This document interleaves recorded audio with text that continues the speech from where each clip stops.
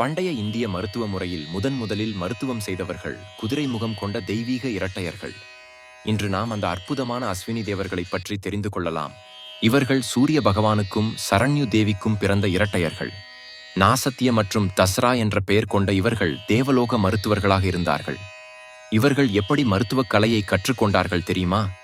சிவபெருமானிடமிருந்து பிரம்மதேவர் கற்ற ஆயுர்வேத மருத்துவ முறைகளை தட்ச பிரஜாபதி மூலம் கற்றுக்கொண்டார்கள்.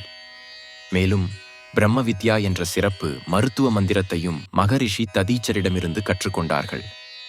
வேதலோக மருத்துவ பதவியை அடைய சிவபெருமானை நோக்கி கடும் தவம் புரிந்து அந்த பதவியை அடைந்தார்கள். இவர்கள் தேவர்களுக்கான மருத்துவர்கள் எனவும் அழைக்கப்படுகிறார்கள். 27 நட்சத்திரங்களில் முதல் நட்சத்திரமான அஸ்வினியின் அதிபதிகள் இவர்கள். உலகம் முழுவதும் சுற்றி வந்து நோயாளிகளை குணப்படுத்துவதும் ஆபத்தில் இருப்பவர்களை காப்பாற்றுவதும் இவர்களின் முக்கிய பணி. குறிப்பாக அஸ்வினி நட்சத்திர நாட்களில் இவர்களை வழிபட்டால் நோய்கள் நீங்கும், விபத்துகளிலிருந்து பாதுகாப்பு கிடைக்கும் என்பது நம்பிக்கை. மேற்கு வங்காளத்தில் இன்றும் மருத்துவர்களை அஸ்வினி குமாரர்கள் என்று அழைக்கிறார்கள். ஒருமுறை சூரிய பகவானே தனது ஒளியை இழந்து வலிமையற்றிருந்த போது இந்த அஸ்வினி குமாரர்கள்தான் தங்கள் சக்தியை கொடுத்து அவரை காப்பாற்றினார்கள். ரிக்வேதத்தில் மட்டும் 376 இடங்களில் இவர்களை பற்றிய குறிப்புகள் உள்ளன.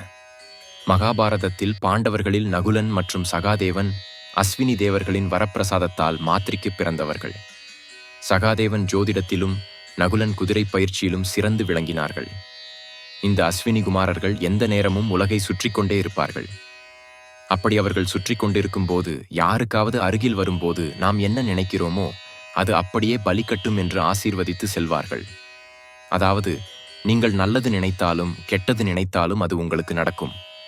அஸ்வினி நட்சத்திர தினத்தன்று அஸ்வினி தேவர்களை மானசீகமாக வழிபட்டால் உடலில் இருக்கின்ற எப்படிப்பட்ட நோய்களும் நீங்கும். விபத்துக்கள், உயிருக்கு ஆபத்தான நிலை ஏற்படாமல் காக்கும். தீய எண்ணம் கொண்ட மனிதர்கள் உங்கள் வாழ்க்கையில் குறுக்கிடாமல் தடுக்கும்.